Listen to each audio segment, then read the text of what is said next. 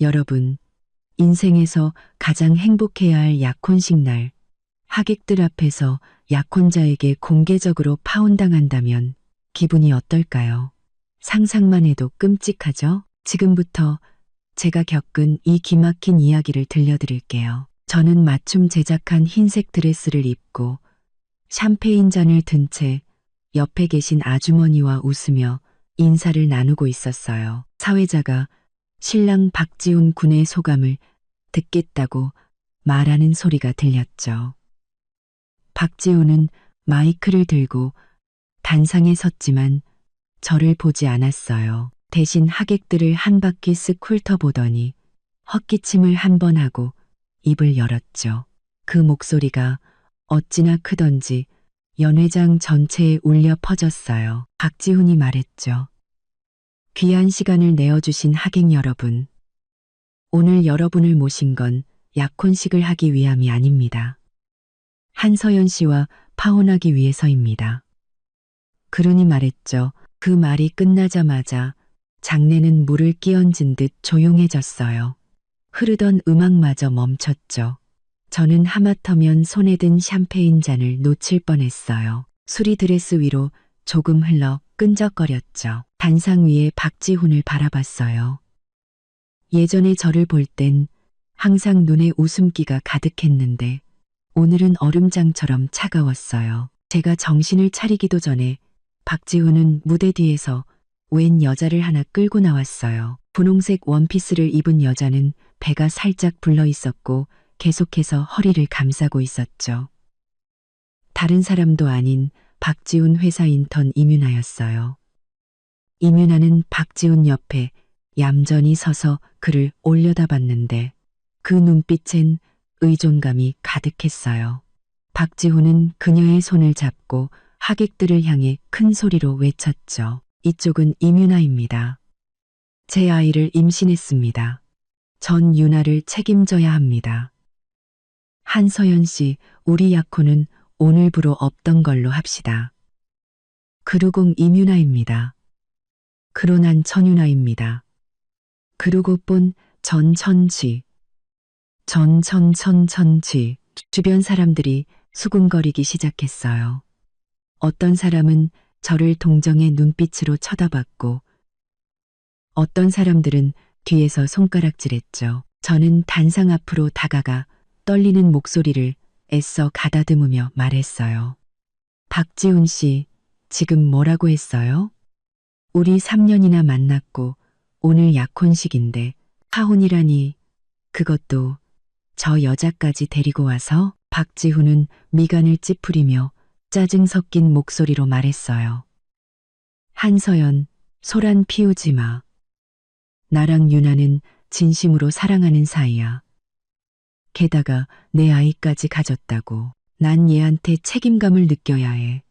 넌 조건 좋으니까 나보다 더 좋은 사람 만날 수 있잖아. 기가 막혀 웃음이 나왔어요. 뭐라고 한마디 더 하려는데 박지훈이 주머니에서 블랙카드를 꺼내는 게 보였어요.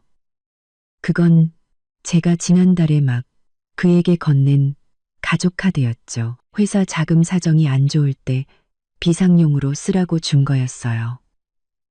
그런데 지금 그는 그 카드를 들고 옆에 있는 직원에게 건넸어요. 저기 진열된 것 중에 제일 반짝이는 다이아몬드 목걸이 가져와서 윤아 씨 목에 걸어주세요. 직원은 잠시 망설이며 저와 박지훈을 번갈아 쳐다봤어요. 박지훈은 카드를 직원 손에 억지로 쥐어주며 소리쳤죠. 뭘 봐요? 카드 긁으라니까. 이 카드 한서연 씨 카드인데 제 돈이 곧 내 돈이지. 내 여자한테 선물 하나 사주겠다는데 뭐가 문제야? 그때 임윤아도 고개를 들었어요. 저를 보는 그녀의 눈빛엔 우월감이 서려 있었죠. 그녀는 자기 배를 살며시 쓰다듬으며 가증스러운 목소리로 말했어요. 서연 언니, 미안해요. 저랑 지훈 씨는 진심이에요. 앞으로 저랑 아기 잘 보살펴 주겠다고 약속했어요. 이 목걸이도 지훈 씨 성이니까 감사히 받을게요. 저는 박지훈이 제 카드로 다른 여자에게 목걸이를 사주는 꼴을. 그리고 이뮤나가 제 앞에서 배를 내밀고 자랑하는 꼴을 지켜봐야 했어요. 주변의 수군거림이 비수처럼 귓가에 꽂혔죠. 저는 주먹을 꽉 쥐었어요. 손톱이 손바닥을 파고들었죠. 마음속엔 단 하나의 생각뿐이었어요. 박지훈, 이뮤나, 너희 오늘 나한테 이런 짓 한 거 반드시 후회하게 만들어주겠어. 직원이 목걸이를 가져오자 박지훈은 직접 이뮤나의 목에 걸어주며 귓가에 무언가 속삭였어요. 이뮤나는 소리내어 웃었죠. 그 모습이 눈의 가시처럼 밝혔어요. 저는 심호흡을 하고 돌아서서 나가려 했어요. 그런데 박지훈이 저를 멈춰 세웠죠. 한서연, 어딜 가? 파혼했으니 당신이 혼수로 해오기로 한 아파트랑 우리 회사에 투자한 돈. 이것도 깔끔하게 정리해야지. 나중에 내가 당신 돈 뜯어먹었다는 소리 나오면 곤란하잖아? 저는 걸음을 멈추고 그를 돌아보며 차갑게 비웃었어요. 박지훈, 이제 와서 그런 걸 따져? 내 블랙카드로 선물 살 땐 왜 계산 안 했는데? 그 아파트는 우리 부모님이 나한테 주신 거고 당신이랑은 아무 상관없어. 당신 회사 투자금은 우리가 결혼할 사이니까 해준 거지. 당신이 먼저 이렇게 나왔으니 나도 더는 봐주지 않을 거야. 주변 사람들의 웅성거림이 더 커졌어요. 박지훈이 은혜를 원수로 갚았다는 사람, 이뮤나가 상간녀라는 사람. 박지훈의 얼굴이 굳어지더니 이뮤나를 끌고 단상에서 내려오려 했어요. 됐어. 너랑 할 말 없어. 가자. 이뮤나는 제 옆을 지나가며 일부러 걸음을 늦추고 낮은 목소리로 속삭였어요. 서연 언니, 지훈 씨 마음엔 이제 저밖에 없어요. 그만 포기해요. 더 취해지기 전에 저는 그녀를 무시하고 두 사람의 뒷모습을 노려봤어요. 이대로 끝날 일이 아니라는 걸 직감했죠. 휴대폰을 꺼내 오빠 한서준에게 전화하려는데 마침 SNS 알림이 떴어요. 약혼식에 참석한 친구가 올린 현장 영상이었죠. 제목은 약혼식이 파혼식으로. 임신한 상간녀에게 신부 블랙카드 긁어주는 신랑이었어요. 심장이 덜컥 내려앉았어요. 오빠는 평소에도 제 SNS를 챙겨보는데 이 영상을 보면 불같이 화를 낼 게 뻔했거든요. 아니나 다를까. 제가 전화를 걸기도 전에 오빠에게서 전화가 걸려왔어요. 전화기 너머로 억눌린 분노가 느껴졌죠. 서연아, 너 어디야? 영상에 나온 거. 그거 진짜야? 박지훈, 그 자식이 감히 너한테 그런 짓을 해? 저는 휴대폰을 쥔 채 잠긴 목소리로 말했어요. 오빠, 진짜야. 약혼식에서 나랑 파혼하겠다고 했어. 이뮤나라는 여자 데리고 와서 내 블랙카드로 목걸이까지 사줬어. 전화기 너머로 잠시 침묵이 흘렀어요. 이윽고 오빠의 얼음장 같은 목소리가 들려왔죠. 기다려.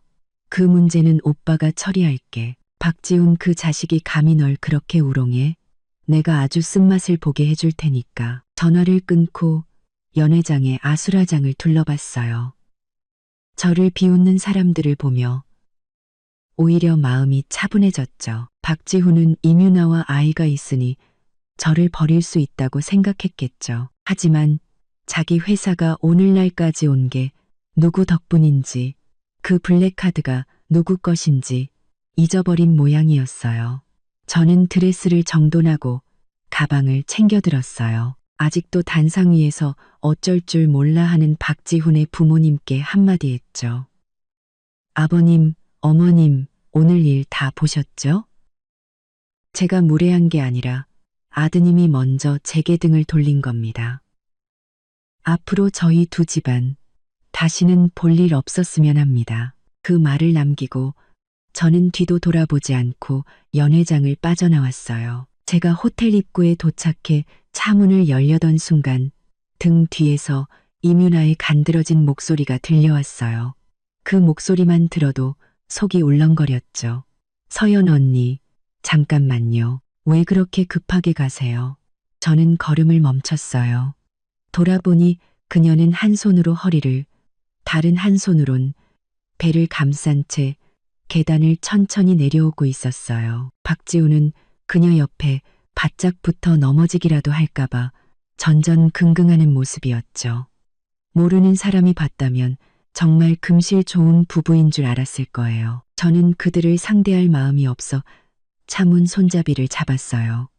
하지만 이민아가 빠른 걸음으로 다가와 제 앞을 가로막았죠. 그녀는 일부러 배를 제 쪽으로 쑥 내밀었어요. 연회장에서부터 풍기던 향수 냄새에 달콤한 채취가 섞여 코를 찔렀죠. 서연 언니, 지금 마음 안 좋은 거 알아요. 하지만 감정은 억지로 되는 게 아니잖아요. 지훈 씨 마음엔 이제 저랑 아기뿐이에요. 더 이상 매달려도 소용없어요. 지나가던 사람들이 걸음을 멈추고 쳐다봤고 몇몇은 휴대폰으로 몰래 사진을 찍었어요. 박지훈은 미간을 찌푸렸지만 저를 위해서가 아니었어요. 그는 이민아에게 다정하게 말했죠. 유나야, 바람 부는데 서 있지 마. 감기 걸리겠다. 어서 들어가자. 보세요. 이 와중에도 저 여자를 챙기잖아요. 저는 두 사람의 가증스러운 연극을 보자 꾹 눌렀던 화가 다시 치밀어 올랐어요. 하지만 아까처럼 당황하지 않고 오히려 차갑게 웃으며 이민아의 배를 쳐다봤죠. 이민아 씨, 내가 가든 말든 당신이랑 무슨 상관이죠?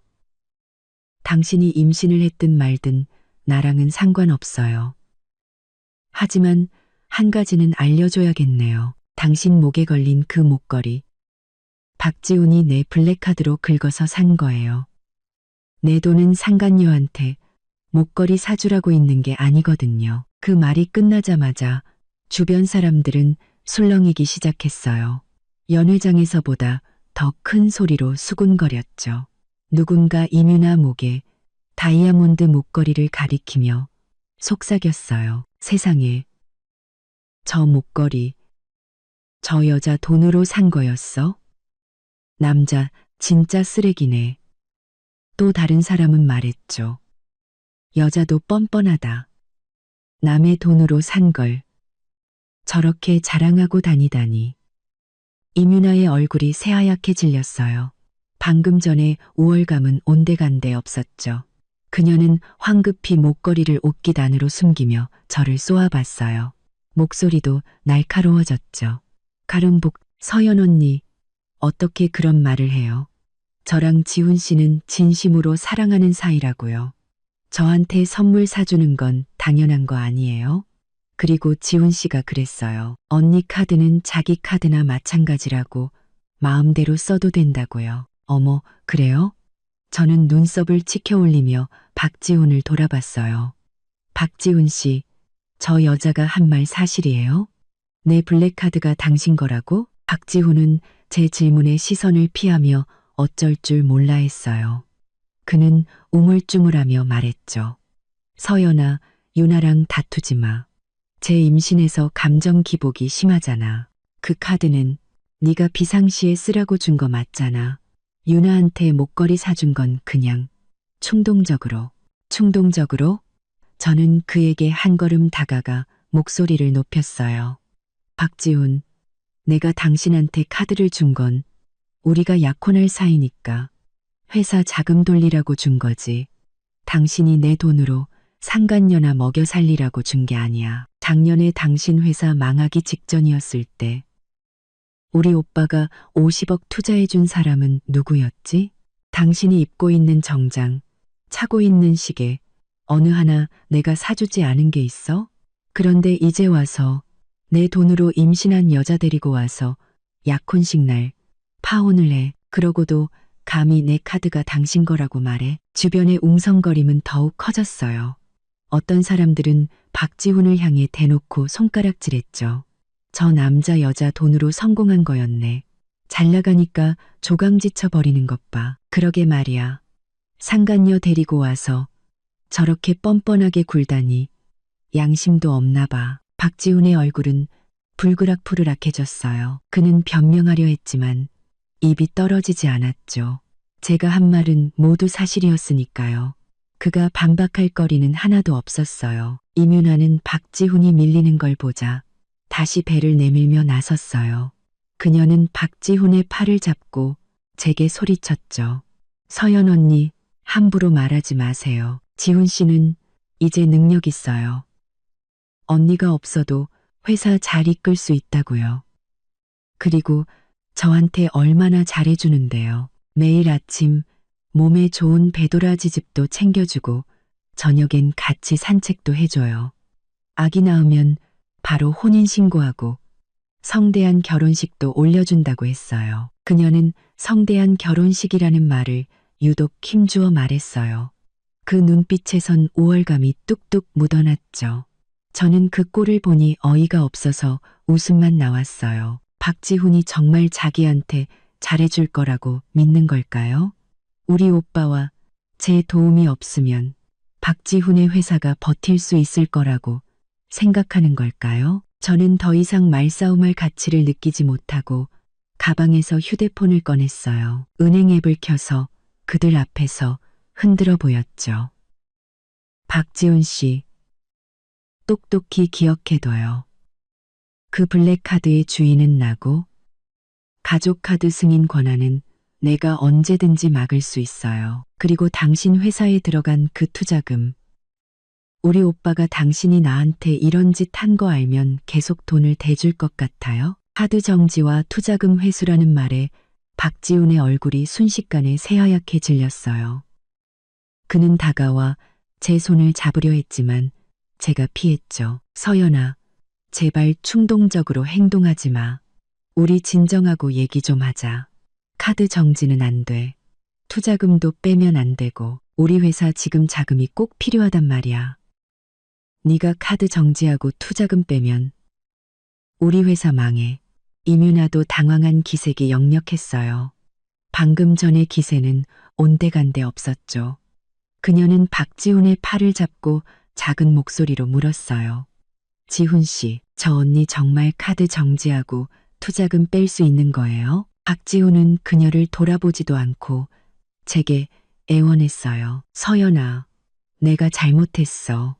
약혼식에서 그런 건 정말 내가 미쳤었나 봐. 너한테 파혼하자고 한 것도, 유나한테 목걸이 사준 것도 다 내 잘못이야. 제발 한 번만 기회를 줘. 우리 예전처럼 다시 잘 지내면 안 될까? 그의 이중적인 태도에 구역질이 났어요. 약혼식장에서의 당당함은 어디 가고 지금은 이렇게나 비굴하다니. 저는 차갑게 비웃으며 차문을 열고 안으로 들어갔어요. 그의 이중적인 태도에 구역질이 났어요. 문을 닫기 전 두 사람에게 말했죠. 박지훈, 기회는 내가 줬었어. 당신이 걷어찬 거지. 당신이랑 이윤아, 앞으로 좋은 날은 다 갔으니 기대해. 저는 쾅 소리가 나게 차문을 닫고 기사님께 말했어요. 출발해 주세요. 차는 천천히 호텔을 빠져나갔어요. 저는 백미러를 통해 굳은 표정으로 서 있는 박지훈과 그의 팔을 붙잡고 무언가 말하는 이윤아를 봤어요. 휴대폰을 꺼내 오빠에게 메시지를 보내려는데 오빠에게서 먼저 메시지가 와 있었죠. 내용은 단 3글자였어요. 두고 봐. 애뉴. 차가 출발한 지 5분도 채 되지 않아 제 휴대폰이 다시 울렸어요. 오빠 한서준의 번호였죠. 전화를 받자마자 전화기 너머로 쾅 하는 큰 소리가 들려왔어요. 무언가 깨지는 소리 같았죠. 곧이어 낮게 깔렸지만 분노로 가득 찬 오빠의 목소리가 들렸어요. 서연아, 너 지금 괜찮아? 어디 다친 데는 없고? 방금 그 거지 같은 약혼식 라이브 방송 봤어. 박지훈 그 미친놈이 감히 너한테 그런 짓을 해? 그리고 그 이윤아라는 여자. 배 좀 나왔다고 네 앞에서 그렇게 거들먹거려? 이런 씨. 저는 휴대폰을 쥔 채 오빠의 거친 숨소리를 들었어요. 정말 단단히 화가 난 것 같았죠. 저는 오빠를 진정시키려 애썼어요.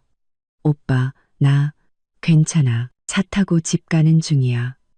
오빠 몸 상하니까 너무 화내지 마. 그럴 가치도 없는 사람들이야. 가치가 없어? 오빠의 목소리가 더 커졌어요. 이 한서준 동생. 어릴 때부터 누가 털끝 하나 건드린 적 없는데 박지훈 그 자식은 대체 뭔데? 우리 집 돈으로, 우리 집 인맥으로 큰 주제에 감히 약혼식에서 너한테 망신을 줘? 그것도 내 블랙카드로 상간녀 목걸이나 사주고?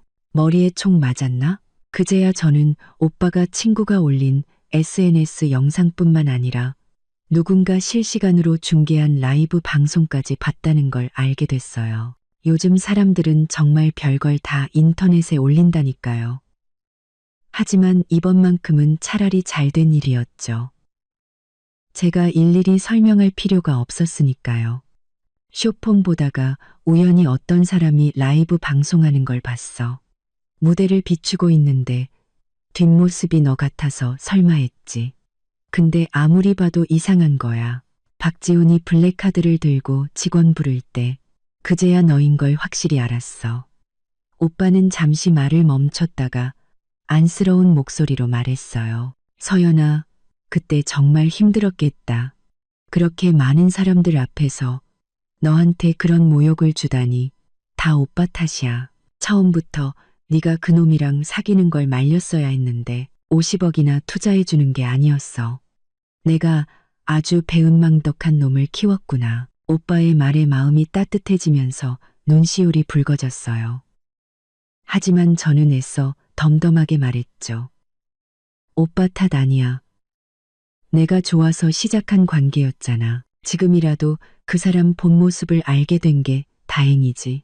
결혼하고 알았으면 더 골치 아팠을 거야. 그래, 이제라도 알았으니 다행이다. 오빠의 목소리는 조금 진정되었지만 여전히 분노가 서려 있었어요. 박지훈 그 자식, 우리 HS그룹 도움이 없으면 그깟 회사가 얼마나 버틸 것 같아? 오늘 일, 이대로 안 넘어가. 감히 내 동생을 건드려? 후회가 뭔지 뼈저리게 느끼게 해줄 거야. 저는 오빠의 모습을 상상했어요. 분명 거대한 사무실 안을 초조하게 서성이며 손가락으로 책상을 탁탁 치고 있겠죠. 화가 났을 때 나오는 오빠의 습관이었어요. 아니나 다를까 전화기 너머로 비서에게 지시하는 목소리가 들려왔어요. 김 비서, 지금 당장 박지훈 회사 자금 흐름 전부 조사해. 특히 우리 HS그룹이랑 관련된 내역은 샅샅이 뒤져. 그리고 바로 은행에 연락해서 내 동생이 박지훈한테 준 블랙카드, 그 가족카드 당장 정지시켜. 지금 바로 1분도 지체하지 마. 전화기 너머로 김 비서의 공손한 목소리가 들렸어요. 네, 부사장님. 바로 처리하겠습니다. 블랙카드 정지는 이미 은행 측에 연락해 두었고 10분 내로 처리될 겁니다.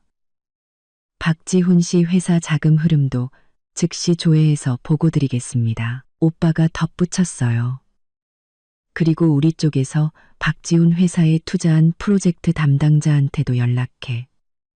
모든 자금 지원 중단하고 투자금 50억 전액 회수하라고 전해. 그 회사 사정이 어떻든 하늘이 무너져도 우리 HS그룹과는 이제 아무 상관없다고. 알겠습니다. 부사장님, 즉시 프로젝트 담당자에게 통보하겠습니다. 김 비서가 말하고는 서둘러 전화를 끊는 듯 했어요. 전화기에는 다시 저와 오빠의 목소리만 남았죠. 오빠의 목소리는 한결 부드러워져 있었어요. 서연아, 걱정하지 마. 블랙카드는 곧 정지될 거고 그놈은 더 이상 내 돈을 흥청망청 쓸 수 없을 거야. 50억 투자금도 바로 회수될 거고 우리 HS그룹 도움이 끊겼을 때 박지훈이 어떻게 버티는지 한번 보자고. 저는 웃으며 말했어요. 오빠, 고마워. 오빠가 있으니까 하나도 안 무서워. 바보야, 오빠한테 고맙긴. 오빠의 목소리가 부드러워졌어요. 일단 집에 가서 푹 쉬어. 안 좋은 일은 다 잊어버리고 나머지는 오빠가 알아서 처리할게. 박지훈이랑 그 이민아라는 여자 반드시 대가를 치르게 할 테니까. 아, 맞다. 집에 사람이라도 보낼까? 그 이민아라는 여자가 또 찾아와서 괴롭힐까봐 걱정되네. 저는 잠시 생각하다가 고개를 저었어요. 아니, 괜찮아, 오빠. 우리 아파트 보안 철저해서 못 들어올 거야. 그리고 지금은 아무도 만나고 싶지 않아. 그냥 집에 가서 푹 자고 싶어. 기운 차리고 나서 오빠랑 같이 저 사람들 어떻게 할지 생각할게. 그래, 그럼 집에 도착하면 바로 연락하고. 무슨 일 생기면 밤이든 낮이든 바로 오빠한테 전화해. 알았지? 오빠는 항상 내 편이야. 알았어, 오빠. 오빠도 너무 화내지 말고 몸 챙겨. 오빠와 몇 마디 더 나눈 후 전화를 끊었어요. 전화를 끊고 차 시트에 기대 앉아 빠르게 지나가는 창밖 풍경을 바라봤어요. 전화를 끊고 차 시트에 기대 앉아 빠르게 지나가는 창밖, 마음을 짓누르던 돌덩이가 드디어 내려앉는 기분이었죠. 오빠가 있으니 박지훈과 이민아는 결코 좋은 꼴을 보지 못할 거예요. 저는 박지훈이 블랙카드가 정지되고 투자금이 회수된 사실을 알았을 때 어떤 표정을 지을지 상상만 해도 통쾌했어요. 기사님이 제 표정이 좀 나아진 걸 보시고는 조심스럽게 물으셨어요. 아가씨, 괜찮으세요? 아까 호텔 앞에서 정말 제가 다 화가 나더라고요. 그 남자분 정말 너무하시던데. 그리고 그 여자분도 딱 보니 좋은 사람은 아닌 것 같고요. 저는 기사님께 미소 지으며 말했어요. 기사님, 걱정해 주셔서 감사해요. 전 괜찮아요. 나쁜 짓 한 사람들은 다 벌받게 되어 있으니까요. 기사님이 고개를 끄덕이셨어요. 맞아요. 맞습니다. 그런 사람들은 절대 좋은 끝을 못 보죠. 아가씨는 너무 마음에 담아두지 마세요. 이렇게 좋은 분이신데 앞으로 훨씬 더 좋은 사람 만나실 거예요. 집에 도착한 지 얼마 되지 않아 오빠 한서준에게서 메시지가 왔어요. 블랙카드 정지 완료. 투자금 회수 절차 진행 중. 내일이면 박지훈 쪽 난리 날 거다. 저는 메시지를 보고 웃음이 나왔어요. 오빠는 항상 이렇게 일 처리가 빨랐죠. 질질 끄는 법이 없었어요. 오빠에게 알았어라고 답장하려는데 다시 오빠에게서 전화가 걸려왔어요. 이번에는 아까보다 훨씬 차분한 목소리였지만 여전히 분노가 느껴졌죠. 서연아, 김 비서한테 방금 보고 받았어. 은행에서 확인 끝났대. 박지훈 손에 있는 그 블랙카드 이제 완전히 못 써.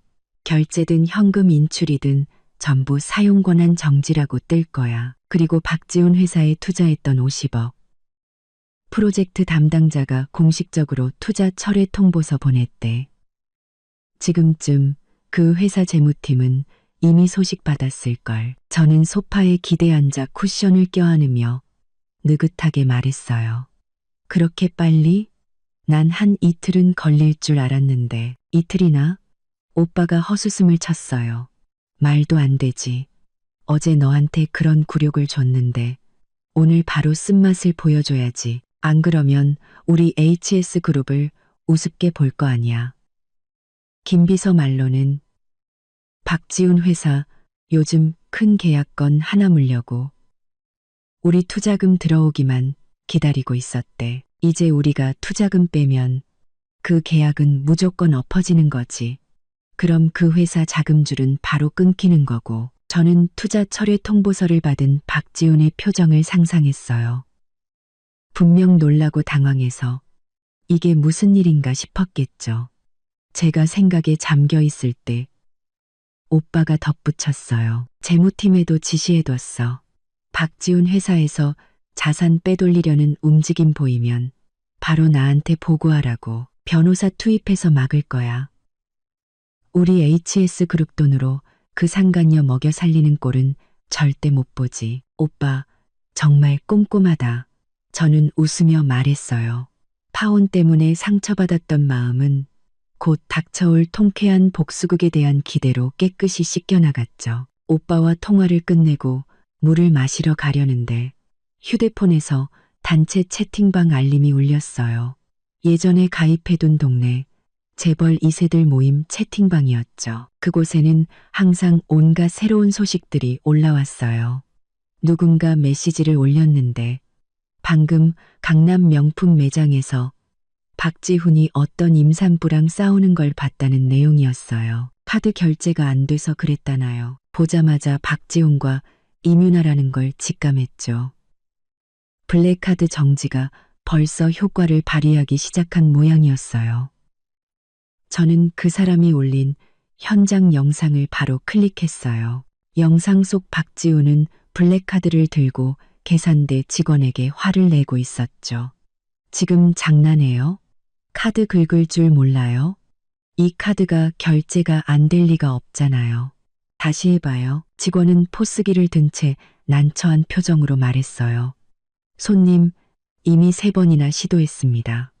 계속해서 사용 권한이 정지된 카드라고 나옵니다. 다른 카드로 결제하시거나 카드에 문제가 있는지 확인해 보시는 게 좋겠습니다. 임윤아는 옆에 서서 한 손으론 배를, 다른 한 손으론 박지훈의 팔을 잡고 미간을 찌푸리며 말했어요.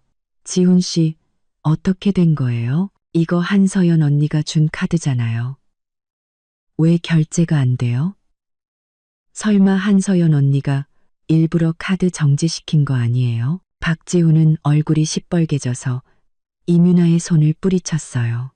말도 안 돼. 한서연이 감히 그럴 리가 없어. 우리 회사에 돈이 필요한 거 뻔히 아는데 카드 정지했다가 회사 망하면 자기도 좋을 거 없잖아. 그는 말은 그렇게 했지만 속으로는 불안했겠죠. 그러지 않고서야 직원에게 저렇게 화를 낼 리가 없으니까요. 영상 속 박지훈은 자신의 휴대폰을 꺼내 QR 결제를 시도했지만 그것마저 계속해서 실패했어요. 그제야 그는 뭔가 잘못됐다는 걸 깨닫고 제게 전화를 걸려 했죠. 하지만 저는 이미 그를 차단한 후였어요. 전화가 걸릴 리 없었죠. 그는 이번엔 오빠 한서준에게 전화를 걸려 했지만 오빠 전화가 어디 아무나 받을 수 있는 전화던가요. 몇 번을 걸어도 김 비서가 받았고 김 비서는 차갑게 말했죠. 박 대표님, 저희 부사장님께서 전하셨습니다. 이제 박 대표님과 저희 HS그룹은 아무런 관계가 아니니 앞으로 다시는 연락하지 말아 주십시오. 전화를 끄는 박지훈은 명품 매장 한가운데 서서 얼굴이 하얗게 질렸어요. 주변 사람들은 휴대폰으로 사진을 찍어댔죠. 그는 창피했는지 임윤아를 끌고 밖으로 나갔어요. 임윤아는 걸어가면서 투덜거렸죠. 지훈 씨, 이제 어떡해요? 나 저 가방 아직 못 샀는데 한서연 언니가 일부러 그런 게 틀림없어. 우리가 잘 되는 꼴을 못 보는 거야. 박지훈은 그녀의 말을 들은 척도 하지 않았어요. 머릿속은 온통 카드 정지 문제로 가득했겠죠. 그가 정신을 차리기도 전에 회사 재무팀에서 전화가 걸려왔어요. 전화기 너머 목소리는 무척 다급했죠. 대표님, 큰일 났습니다. 방금 HS그룹에서 공식 투자 철회 통보서가 왔습니다. 저희 회사에 투자했던 50억 전액을 회수하겠다고 합니다. 3일 안에 돈을 갚으라고 하는데 어떡하죠? 지금 회사 계좌에 그만한 돈이 없습니다. 뭐라고? 박지훈의 목소리가 찢어질 듯 높아졌어요. 투자 철회. 무슨 근거로? 우리 계약서까지 썼잖아. 한서준 그 자식이 어떻게 이럴 수가 있어. 재무팀 직원은 울먹이며 말했어요. 계약서에 저희 회사가 HS그룹의 이익이나 명예에 손해를 끼치는 행위를 할 경우 일방적으로 투자를 철회할 수 있다는 조항이 있습니다. HS그룹 측에서는 대표님께서 약혼식에서 하신 행동이 한서연님의 명예를 실추시켰고 이는 곧 HS 그룹의 명예를 실추시킨 것이므로 투자를 철회한다고 합니다. 그제야 박지훈은 완전히 패닉에 빠졌어요. 50억. 그건 회사에겐 생명줄과도 같은 돈이었어요. 그 돈이 빠져나가면 회사 자금줄은 바로 끊기고 말겠죠. 큰 계약은커녕 직원들 월급 주기도 빠듯해질 거예요. 그는 재무팀과의 통화를 끊고 길가에 서서 손을 덜덜 떨었어요. 이민아는 옆에서 계속해서 재촉했죠. 지훈 씨, 어떻게 좀 해봐요. 카드도 안 되고 투자도 끊기고 우리 이제 어떡해요? 내 가방은 우리 아기 나중에 분유는 수입 분유 먹여야 하는데 박지훈은 지금 그녀의 가방이나 수입 분유 따위를 신경 쓸 겨를이 없었어요. 그의 머릿속엔 단 하나의 생각뿐이었죠. 한서연을 찾아가야 해. 카드 정지를 풀게 하고 오빠를 설득해서 투자 철회를 맑게 해야 해. 그러지 않으면 난 정말 끝이야. 그는 이민아를 끌고 차로 달려가며 말했어요. 가자, 한서연한테 가야 해. 설마 정말 나를 외면하겠어? 예전에 날 그렇게 좋아했는데 내가 가서 빌면 분명히 도와줄 거야. 영상 속에서 허둥대는 박지훈을 보며 저는 웃음이 터져 나왔어요. 박지훈, 이제야 정신이 들어? 너무 늦었지. 약혼식에서 나한테 파혼 통보하고 이민아랑 사랑 노름하면서 내 블랙카드로 선물 사줄 땐 이런 날이 올 줄 몰랐어? 저는 휴대폰을 들어 오빠에게 메시지를 보냈어요. 오빠, 박지훈이나 찾아올 것 같아. 오빠에게서 금방 답장이 왔죠.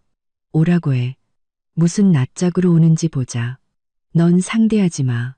와서 귀찮게 굴면 바로 나한테 전화해. 경비시켜서 쫓아낼 테니까. 저는 웃으며 알았어라고 답장하고 소파에 기대 앉아 박지훈이 오기만을 기다렸어요.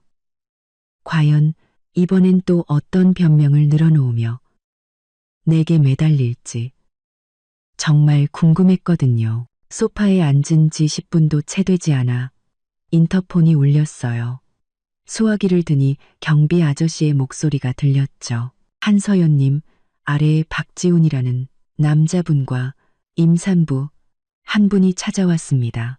올려보내드릴까요? 역시 정말 빨리도 왔네요. 저는 차갑게 비웃으며 말했어요. 아니요, 올려보내지 마세요. 그 사람들이랑 할 말 없으니까 막아주세요. 올라와서 소란 피우지 못하게요. 경비 아저씨가 급히 대답했어요. 네, 알겠습니다. 한서연님, 저희가 말겠습니다. 인터폰을 끊고 휴대폰을 탁자 위에 놓으려는데 아래층에서 박지훈의 고함 소리가 들려왔어요. 층을 넘어 희미하게 들려오는 소리였죠. 한서연, 문 열어. 집에 있는 거 다 알아. 나와서 얘기 좀 해. 그 소리가 어찌나 시끄러운지 미간이 찌푸려졌어요. 저는 발코니로 나가 아래를 내려다봤죠. 박지훈은 아파트 입구 차단기를 붙잡고 위를 향해 소리치고 있었어요.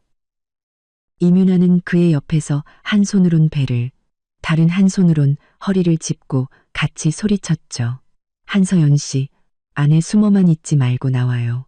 지훈 씨가 할 말 있대요. 빨리 내려와요. 그들의 소란에 아파트 주민들이 하나둘 집에서 고개를 내밀고 구경하기 시작했어요. 아래층에서는 사람들이 손가락질하며 수군거렸죠. 경비 아저씨들이 박지훈을 막으려 했지만 그는 힘으로 뿌리치고 공동 현관으로 달려갔어요. 예전에 저희 집에 몇 번 와봤던 그는 공동 현관 비밀번호를 알고 있었고 그걸 누르고 안으로 들어와 버렸어요. 심장이 철렁했어요. 박지훈은 저한테 매달리기 위해 체면도 다 버린 모양이었어요. 저는 서둘러 현관으로 가 안전고리를 걸었어요. 고리를 걸자마자 쿵쿵쿵 하고 문을 두드리는 소리가 들렸어요. 문짝이 부서질 듯한 기세였죠. 박지훈이 문 밖에서 외쳤어요. 한서연, 문 열어. 안에 있는 거 다 알아. 피하지 말고 얘기 좀 하자고. 저는 문에 기댄 채 차가운 목소리로 말했어요. 박지훈 씨, 당신이랑 할 말 없어요. 당장 돌아가지 않으면 경찰에 신고할 거예요. 신고? 박지훈의 목소리가 다급해졌어요. 억울함마저 섞여 있었죠. 서연아, 우리 그래도 3년이나 만났는데 어떻게 나한테 이럴 수 있어? 내가 잘못했어. 약혼식에서 파혼하자고 한 것도, 유나한테 목걸이 사준 것도, 네 블랙카드를 쓴 것도 다 내 잘못이야. 제발 이번 한 번만 용서해주면 안 될까? 참 말도 쉽게 하네요. 잘못했다. 한마디로 모든 걸 덮으려 하다니 기가 막혀서 웃음이 나올 뻔했어요. 저는 문 밖을 향해 말했죠. 박지훈, 이제 와서 잘못했다고? 약혼식에서 사람들 앞에서 나한테 망신 줄 땐 잘못인 줄 몰랐어? 내 블랙카드로 이뮤나한테 목걸이 사줄 땐 이제 카드 못 쓰게 되고 회사 망하게 생기니까 나한테 와서 잘못을 빌어? 너무 늦었어. 문 밖에 박지훈은 잠시 침묵하더니 더욱 간절한 목소리로 말했어요. 서연아, 내가 예전에 개자식이었던 거 알아. 근데 지금은 정말 방법이 없어. 블랙카드 정지돼서 유나한테 아무것도 못 사줘. 그리고 회사, 내 오빠가 50억 투자금을 뺀대. 그 돈 빠지면 우리 회사 정말 망한다고. 내 오빠한테 말 좀 해줘. 투자금 빼지 말라고. 응. 그리고 블랙카드 정지도 풀어주고. 앞으로 정말 너한테 잘할게. 유나랑도 다시는 안 만날게. 듣기만 해도 거짓말인 게 뻔했어요. 정말 이뮤나와 헤어질 수 있었다면 애초에 약혼식에서 파혼을 선언하지도 않았겠죠. 제가 대답하기도 전에 문 밖에서 이뮤나의 목소리가 들려왔어요. 지훈 씨, 저 여자한테 빌지 마. 다 저 여자가 꾸민 짓이야. 우리가 잘 되는 꼴을 못 보는 거라고. 블랙카드 하나 정지하는 게 뭐 그리 대수라고. 그리고 그 50억. 한서준 그 인간도 인정머리 없기는 말 한마디로 투자를 빼. 이뮤나의 말에 박지훈이 황급히 그녀를 말렸어요. 유나야, 너 아무 말도 하지 마. 그러고는 다시 문 안의 저를 향해 비굴하게 말했죠. 서연아, 유나 말 신경 쓰지 마. 제 임신해서 정신이 오락가락해서 그래. 말 실수한 거야. 우리 예전 정을 생각해서라도 제발 이번 한 번만 도와주면 안 될까? 네가 도와주면 나 뭐든지 다 할게. 앞으로 정말 너한테만 잘하고 다시는 속썩이지 않을게. 저는 문 밖을 향해 말했어요. 박지훈, 나한테 예전 정 같은 거 들먹이지 마. 당신이 약혼식에서 이뮤나를 선택한 순간 우리 사이의 정은 끝났어. 블랙카드는 우리 오빠가 정지시킨 거고 투자 철회도 오빠 결정이야. 난 상관없어. 당신이 정말 능력이 있다면 직접 회사를 살릴 방법을 찾아봐. 나한테 와서 빌지 말고. 네가 상관없다고? 박지훈의 목소리가 높아졌어요. 믿기지 않는다는 투였죠. 서연아, 어떻게 네가 상관없을 수가 있어? 넌 한서준 동생이잖아. 네가 한마디만 하면 오빠는 무조건 내 말 들을 텐데. 넌 그냥 날 도와주기 싫은 거지? 아직도 내가 파혼한 것 때문에 화나서 그러는 거지? 내가 약속할게. 이번 위기만 넘기게 도와주면 나 이뮤나랑 바로 헤어질게. 우리 예전처럼 다시 잘 지내자. 응? 약혼도 다시 하고 결혼도 하고 앞으로 너한테만 충실할게. 그의 말에 구역질이 났어요. 저는 문 밖을 향해 소리쳤죠. 박지훈, 꿈깨. 우리 오빠가 내 말을 듣는다고 해도 난 당신 안 도와줄 거야. 내가 아직도 예전처럼 당신 말 몇 마디에 마음 약해질 것 같아? 내 돈으로 다른 여자 먹여 살려놓고 이제 와서 나한테 도와달라고? 당신 정말 뻔뻔하다. 그럼 어떡하라고? 박지훈의 목소리에는 절망이 깃들어 있었어요. 서연아, 우리 회사 망하면 난 정말 아무것도 없어. 박탄환, 그럼 넌 정말 그렇게 모질게 내가 망하는 걸 보고만 있을 거야? 내가 모질다고? 저는 비웃었어요. 약혼식에서 나한테 망신 줄 땐 당신이 모질다는 생각 안 했어? 내 블랙카드로 이윤아한테 목걸이 사줄 땐 박지훈, 이 모든 건 다 당신이 자초한 일이야. 나랑은 아무 상관없어. 당장 돌아가.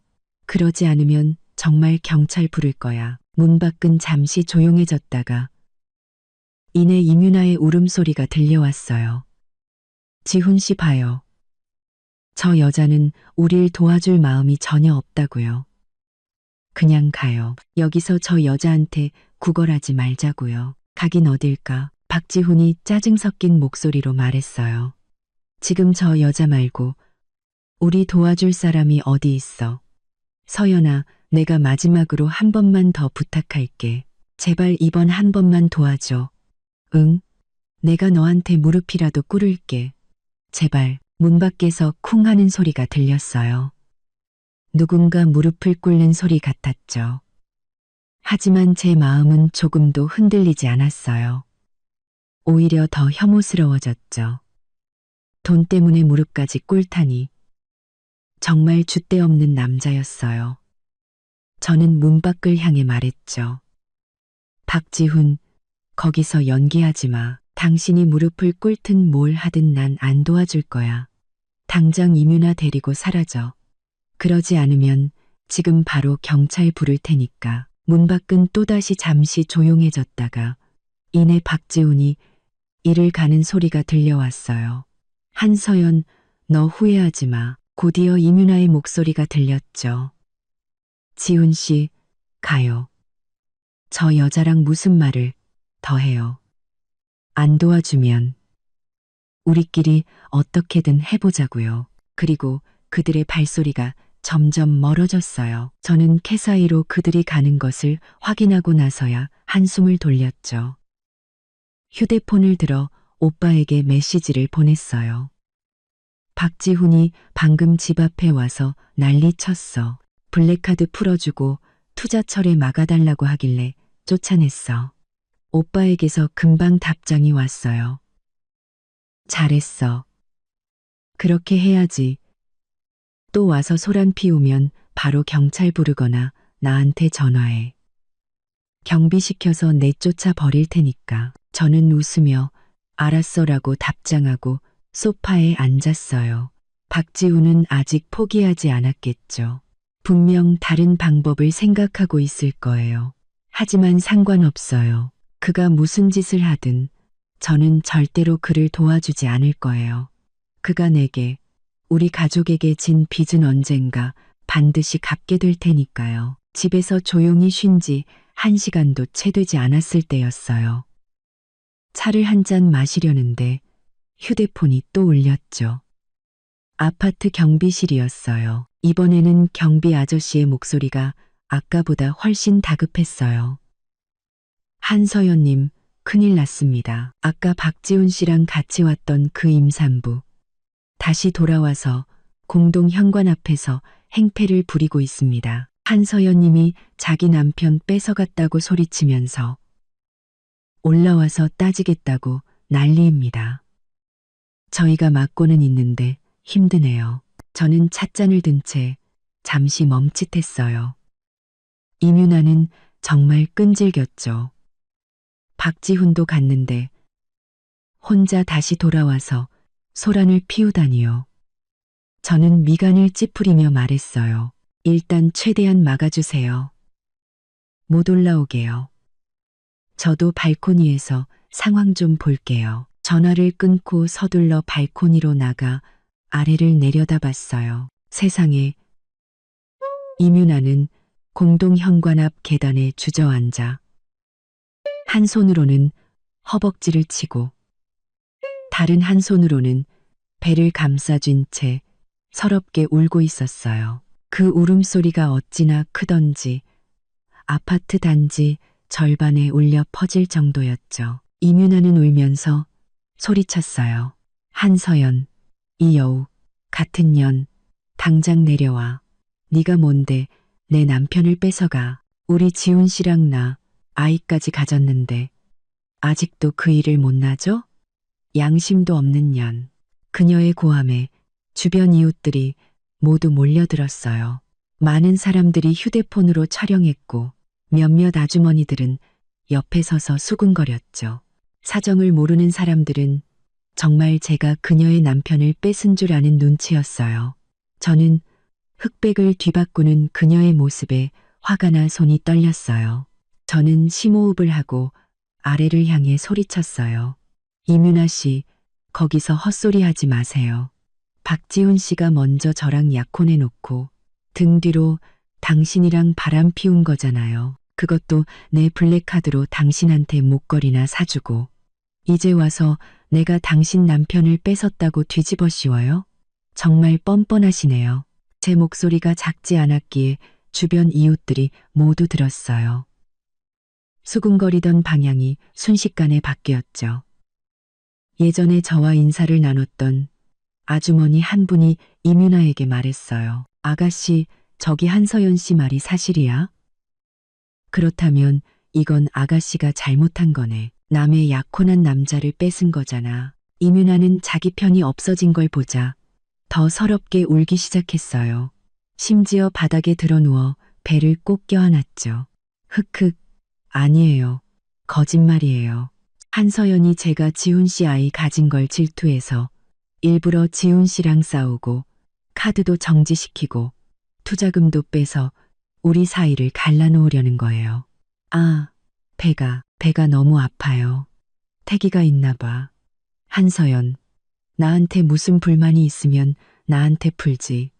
왜 우리 아기한테까지 해코지를 해. 그녀의 눈물 연기에 속는 사람도 있었어요. 어떤 젊은 여자가 작은 목소리로 말했죠. 그래도 임신했다는데. 한서연 씨가 너무 심한 거 아니야? 저는 차갑게 비웃으며 집 안으로 들어갔어요. 그리고 예전에 박지훈이 제 블랙카드를 쓴 내역을 캡처해둔 사진을 찾았죠. 오빠 비서가 보내준 것으로 결제 시간, 장소, 금액이 똑똑히 적혀 있었어요. 거기다 이민아가 그 다이아몬드 목걸이를 차고 있는 사진까지 있었죠. 저는 휴대폰을 들고 다시 발코니로 나가 결제 내역과 사진을 아래층 이웃들에게 보여줬어요. 여러분, 똑똑히 보세요. 이건 박지훈 씨가 제 블랙카드로 이민아 씨에게 목걸이를 사준 내역이에요. 무려 5천만 원이나 썼죠. 그리고 이 사진, 약혼식 날 박지훈 씨가 직접 걸어주는 장면입니다. 저는 박지훈 씨와 3년간 약혼한 사이였고 그 사람 회사는 저희 오빠가 50억을 투자해줘서 겨우 버티고 있었어요. 그런데 이제 와서 내 돈으로 상간녀를 먹여 살리고 심지어 그 상간녀가 저희 집 앞에 와서 행패를 부리네요. 이웃들은 결제 내역과 사진을 보고는 상황을 즉시 파악했어요. 모두 이민아를 향해 손가락질했죠. 아까 이민아 편을 들던 젊은 여자도 얼굴이 빨개져 고개를 숙였어요. 아주머니는 아예 대놓고 이민아에게 말했죠. 아가씨, 정말 너무하네. 남의 돈 뜯어 쓰고 와서 거짓말까지 해.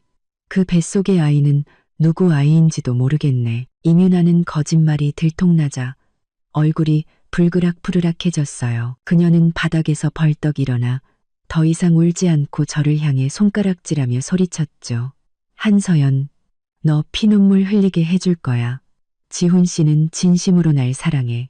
너랑 사귄 건 순전히 내 집안 돈 때문이었다고. 이제 네가 필요 없어지니까 복수하려는 거지? 오늘 너랑 끝장을 볼 거야. 그녀는 그렇게 말하며 경비 아저씨를 밀치고 공동 현관 안으로 뛰어들어왔어요. 경비 아저씨가 재빨리 그녀를 붙잡았죠. 이러시면 안 됩니다. 부인, 한서연님께서 들어오지 말라고 하셨습니다. 이거 놔, 나 들어갈 거야. 이민아는 거세게 저항하며 경비 아저씨의 팔을 핥히었어요. 너희 경비들 다 한서연한테 돈 받아먹고 저 여자 편드는 거지. 내가 똑똑히 말해두는데 난 박지훈 씨 아이를 가졌어. 지훈 씨는 앞으로 크게 될 사람이라고. 그때 가서 너희들 다 나한테 사과하게 될걸. 경비 아저씨는 팔이 긁혀 빨갛게 부어올랐지만 손을 놓지 않았어요. 그는 무전기를 향해 외쳤죠. 지원 요청, 공동 현관 앞에서 소란 발생, 통제 불능. 곧바로 다른 경비 아저씨 두 분이 달려왔고 세 사람이 힘을 합쳐 겨우 이뮤나를 제압했어요. 이뮤나는 여전히 발버둥치며 저를 향해 날카로운 욕설을 퍼부었죠. 듣기만 해도 머리가 아팠어요. 저는 아래층 경비 아저씨에게 말했어요. 아저씨, 저 여자랑 말 섞지 마시고 그냥 아파트 밖으로 끌어내세요. 또 와서 소란 피우면 바로 경찰에 신고하시고요. 알겠습니다. 한서연님, 경비 아저씨들은 대답하고는 여전히 욕을 하는 이뮤나를 끌고 아파트 입구 쪽으로 갔어요. 이뮤나는 끌려가면서도 소리쳤죠. 한서연, 너 두고 봐. 내가 가만 안 둘 거야. 지훈 씨도 널 가만두지 않을 거라고. 그녀가 끌려가는 뒷모습을 보며 저는 한숨을 돌리고 집으로 들어왔어요. 자리에 앉자마자 저는 오빠 한서준에게 전화해 이뮤나가 소란을 피운 일을 전부 이야기했어요. 오빠는 듣자마자 전화기 너머로 욕을 내뱉었죠. 그 여자가 감히 또 와서 난리를 쳐? 정말 낯짝도 두껍네. 서연아, 너 괜찮아? 저 여자 때문에 놀라진 않았고? 응, 괜찮아. 오빠, 경비 아저씨들이 쫓아냈어. 그냥 좀 짜증나. 저 여자 때문에 온 동네 사람들이 다 알게 됐잖아. 차라리 잘 됐어. 오빠의 목소리가 단호해졌어요. 모두가 그 여자랑 박지훈의 실체를 알게 된 거니까. 서연아, 걱정하지 마. 이 일 이대로 안 넘어가. 박지훈이 크게 될 사람이라고? 그럼 내가 아주 바닥까지 떨어뜨려 주지. 우리 HS그룹을 건드린 대가가 뭔지 똑똑히 보여줄 테니까. 오빠. 어떻게 하려고? 이미 비서시켜서 박지훈 회사에 납품하는 모든 원자재 공급업체에 연락해뒀어. 오늘부로 박지훈 회사에는 어떤 물건도 납품하지 말라고. 원자재가 없으면 주문이 들어와도 물건을 못 만들겠지. 그럼 정말 회생 불가능해질 거야. 저는 속으로 쾌재를 불렀어요. 정말 독한 수였죠. 박지훈 회사는 전자제품 회사라 원자재 공급이 필수적이었어요. 공급업체들이 모두 납품을 중단하면 생산 라인은 바로 멈출 것이고 돈을 버는 건커녕 기존 주문도 처리하지 못해 위약금 때문에 파산하게 될 게 뻔했죠. 저는 전화기에 대고 말했어요. 오빠, 그 방법 정말 대단하다. 박지훈이 이번엔 어떻게 버틸지 궁금하네. 버티긴 뭘 버텨. 끝났지. 오빠가 차갑게 비웃었어요. 서연아, 넌 그냥 편하게 구경만 해. 3일 안에 박지훈이 다시 널 찾아올 거야. 그때는 부탁이 아니라 살려달라고 애원하게 될걸. 오빠 한서준과 통화를 끊은 지 30분도 되지 않아. 오빠에게서 메시지가 왔어요. 스크린샷 한 장과 함께였죠. 오빠의 비서인 김 비서와 원자재 공급업체 몇 곳의 채팅 기록이었어요. 거기에는 부사장님 지시에 따라 박지훈 대표 회사에 대한 공급을 중단했으며 향후 거래하지 않겠습니다. 라고 똑똑히 적혀 있었죠. 저는 스크린샷을 확대해서 자세히 봤어요. 언급된 공급업체는 3곳이었는데 모두 박지훈 회사의 핵심 협력사였어요. 전자제품에 들어가는 반도체, 디스플레이, 케이스 같은 핵심 부품을 모두 이 3곳에서 공급받고 있었죠. 예전에 박지훈은 이 업체들이 자기에게만 최저가로 가장 빠르게 물건을 대준다며 자랑했었어요. 이제 보니 그게 다 박지훈의 능력이 아니라 우리 오빠의 배경 덕분이었던 거죠. 스크린샷을 다 보기도 전에 오빠에게서 전화가 걸려왔어요. 목소리에는 더위함이 묻어났죠. 서연아, 김 비서한테 보고받았어. 그 새 업체, 박지훈한테 납품 전부 끊었대. 내가 말했지? 김 비서가 전화했을 때 그 사장들 태도가 얼마나 깍듯했는지 몰라. 부사장님, 걱정 마십시오 하면서 우리 HS그룹에 밉보일까봐 안절부절 못하더래. 저는 웃으며 말했어요. 당연하지. 오빠는 이제 우리 시에서 제일 잘 나가는 기업인인데 누가 오빠 말을 안 듣겠어. 박지훈이랑 거래해봤자 얼마나 벌겠어. 오빠랑 거래해야 오래가지. 그럼 당연하지. 오빠가 헛웃음을 쳤어요. 그 업체 중 하나는 작년에 우리 HS그룹 건설 사업에 참여하고 싶어서 나한테 몇 번이나 부탁했었어. 내가 계속 거절했는데 이제 내가 박지훈 거래 끊으라고 하니 잘 보일 기회라고 생각하고 냉큼 끊었겠지. 거절할 리가 있나. 저는 그 공급업체 사장들이 고개를 숙이는 모습을 상상하니 더욱 통쾌했어요. 박지훈은 예전에 우리 HS그룹 배경을 등에 업고 호가호위했지만 이제 그 배경이 사라졌으니 공급업체들 눈에는 아무것도 아니었겠죠. 제가 생각에 잠겨 있을 때 오빠가 덧붙였어요. 김 비서가 그 업체들한테 신신당부했대. 박지훈이 전화해서 이유를 물으면 그냥 생산량이 부족해서 기존 대형 고객사부터 챙겨야 한다고 둘러대라고. 내가 시킨 거라고는 절대 말하지 말라고 했지. 박지훈이 스스로 깨닫게 해야지. 우리 HS그룹 없이는 원자재 하나 구하지 못하는 신세라는 걸. 오빠, 그 방법 진짜 잔인하다.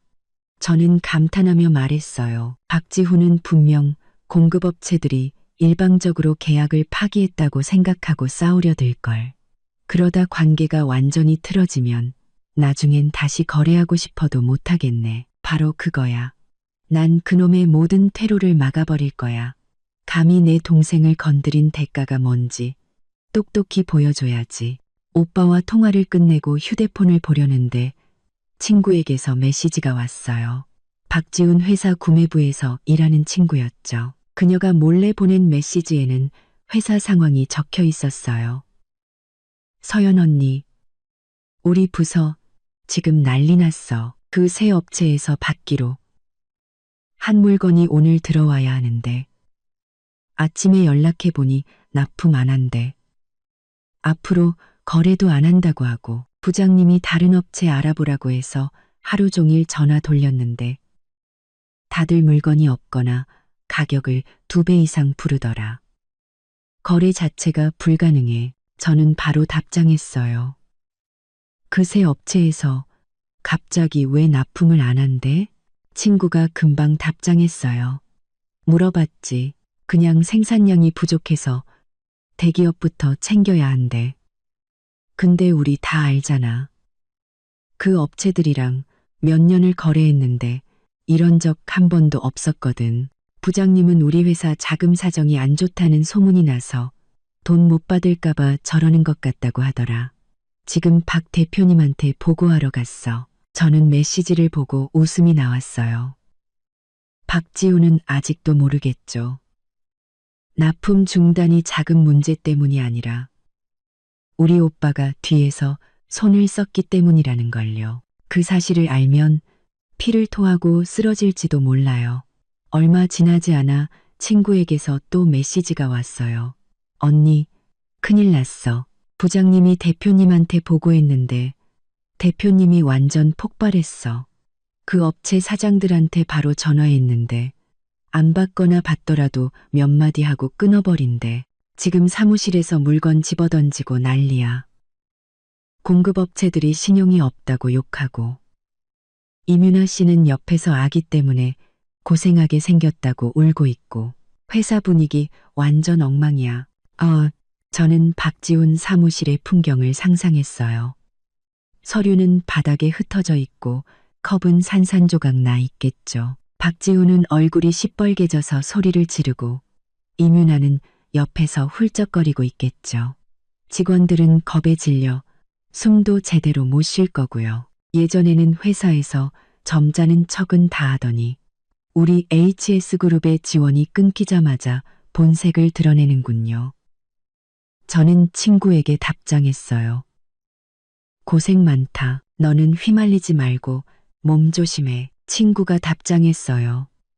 알았어, 언니. 그냥 언니한테 알려주고 싶었어. 솔직히 이번 일 박 대표님이 너무했어. 언니가 얼마나 잘해줬는데 그렇게 배신을 때려? 지금 이렇게 된 건 다 자업자득이지. 친구와 대화를 끝내고 소파에 기댔어요. 기분이 정말 좋았죠. 박지훈은 지금 사면초가에 빠졌어요. 자금은 끊기고 블랙카드는 정지되고 원자재 공급도 막혔죠. 다음 차례는 계약 위반이겠죠. 그의 회사 고객들 대부분도 우리 HS그룹을 보고 거래했던 사람들이었어요. 이제 그가 저와 파혼하고 우리 집안에 밉보였다는 사실이 알려지면 금방 계약을 취소할 거예요. 그때가 되면 정말 회생 불가능해지겠죠. 제가 생각에 잠겨 있을 때 오빠에게서 또 메시지가 왔어요. 영상 하나와 함께였죠. 영상 속 박지훈은 회사 회의실에서 직원들을 향해 고함을 지르고 있었어요. 공급업체 못 찾으면 이번 달 성과급은 없는 줄 알아. 직원들은 모두 고개를 숙인 채 아무 말도 못했어요. 오직 임윤아만이 그의 옆에 서서 한 손으론 배를, 다른 한 손으론 휴대폰을 든 채 무언가를 찍고 있었죠. SNS에 올릴 사진이라도 찍는 모양이었어요. 오빠가 메시지를 보냈어요. 이거 김비서가 박지훈 회사 직원 SNS에서 찾은 거야. 박지훈 꼴 좀 봐. 자기 앞가림도 못하면서 직원들한테나 화풀이하고 있네. 임윤아, 저 여자도 제정신은 아니야. 저 상황에 사진 찍어서 SNS에 올릴 정신이 있다니. 저는 영상 속 박지훈의 비참한 모습을 보며 오빠에게 답장했어요. 저 둘은 정말 천생연분이네. 한 명은 화만 내고 한 명은 불쌍한 척만 하고. 오빠, 박지훈, 이제 어떡할 것 같아? 오빠가 금방 답장했어요. 어떡하긴. 다른 공급업체를 찾거나 계약 위반하고 위약금 물어주거나 둘 중 하나겠지. 근데 내가 이미 다른 대형 공급업체들한테도 다 손 써놨어. 아무도 박지훈한테 물건 안 대줄 거야. 작은 업체를 찾자니 품질이 안 좋거나 가격이 너무 비싸서 쓸모없을 거고. 그 회사 며칠 못 버텨. 오빠의 답장을 보니 마음이 완전히 놓였어요. 박지훈, 당신이 임윤아를 선택했을 때 이런 미래를 상상이나 했을까요? 내 돈과 내 인맥을 이용하면서 나를 배신한 대가 지금부터 톡톡히 치르게 될 거예요. 저는 휴대폰으로 SNS를 켜봤어요. 아니나 다를까 임윤아가 새로운 게시물을 올렸더군요. 배를 감싸 쥔 사진과 함께요. 아기를 위해서라도 힘내야지. 우리 지훈 씨가 다 해결해 줄 거라 믿어. 아래에는 사정을 모르는 사람들이 힘내요. 안타깝네요. 같은 댓글을 달아놨더군요. 보기만 해도 역겨웠어요. 임윤아가 그 가식적인 SNS 게시물을 올린 바로 다음 날 박지훈의 회사는 완전히 무너졌어요. 아침 일찍부터 대형 고객사 여러 곳이 그의 회사로 쳐들어왔죠. 선두에는 3억 원짜리 계약을 했던 장 사장이 있었어요. 그는 사무실에 들어서자마자 책상을 치며 소리쳤죠. 그 소리가 어찌나 크던지 층 전체에 울려 퍼졌어요. 그는 박지훈, 내가 주문한 디스플레이. 오늘 납품일인데 왜 아무 소식이 없어? 내가 보낸 사람이 창고에 가봤더니 텅 비어 있다던데 이게 어떻게 된 일인지 설명 좀 해보시지. 박지훈은 당시 사무실에서 구매부장과 싸우고 있다가 장 사장의 목소리를 듣고 황급히 뛰쳐나왔어요. 그는 얼굴에 억지 미소를 지으며 말했죠. 장 사장님, 진정하십시오. 오해가 좀 있었습니다. 원자재가 지금 오고 있는 중이라 곧 도착할 겁니다. 이틀만 더 시간을 주시면 반드시 납품하겠습니다. 오해. 장 사장이 차갑게 비웃으며 그의 코앞에 손가락질했어요. 내가 어제 자네 구매부장한테 전화했더니 공급업체에서 납품을 끊어서 원자재가 하나도 없다고 하더군. 박지훈, 내가 바보인 줄 아나. 내가 자네랑 거래한 건 순전히 HS그룹을 보고 한 거야. 한서연 씨 약혼자니까 믿을만하다고 생각했지. 근데 자네는 어땠나? 한서연 씨를 차버리고 HS그룹에 밑보이고 이제는 납품도 못해? 지금 나랑 장난하나? 주변 직원들은 모두 하던 일을 멈추고 몰래 훔쳐보고 있었어요. 박지훈의 얼굴은 불그락 푸르락해졌죠. 그는 장 사장의 팔을 잡고 사무실로 끌고 가려 했어요. 장 사장님, 사무실에 들어가서 말씀 나누시죠. 좋게 해결합시다. 위약금은 제가 드리겠습니다. 제발 여기서 이러지 마십시오. 회사 이미지. 장 사장이 그의 손을 뿌리쳤어요. 이제 와서 이미지를 걱정해? 자네가 한서연 씨랑 파혼하고 상간녀 데리고 와서 그분 블랙카드로 명품 살 땐 이미지 생각 안 했나? 똑똑히 들어. 박지훈, 오늘 납품을 하든지 아니면 계약 위반금 2배를 물어내든지 둘 중 하나야. 그러지 않으면 바로 소송 걸겠네. 1호 소송 걸겠네. 오늘 납품을 하든지 그러지 않으면 바로 소송 걸겠네. 가로 소송 걸겠네. 그러지 않으면 그 말이 끝나자마자 장 사장 뒤에 있던 다른 고객들도 합세했어요. 맞아요. 우리 주문건도 납품일 다 됐는데 납품 못하면 우리한테도 위약금 물어내야 할 거요. 우리가 당신이랑 계약한 것도 다 HS그룹 보고 한 건데 이제 당신이랑 HS그룹이랑 끝났으니 누굴 믿고 거래하겠어. 박지훈은 식은땀을 흘리며 고객들에게 담배를 권하고 굽신거렸어요. 사장님들, 제발 며칠만 더 시간을 주십시오. 며칠만요. 어떻게든 원자재 구해서 납품하겠습니다.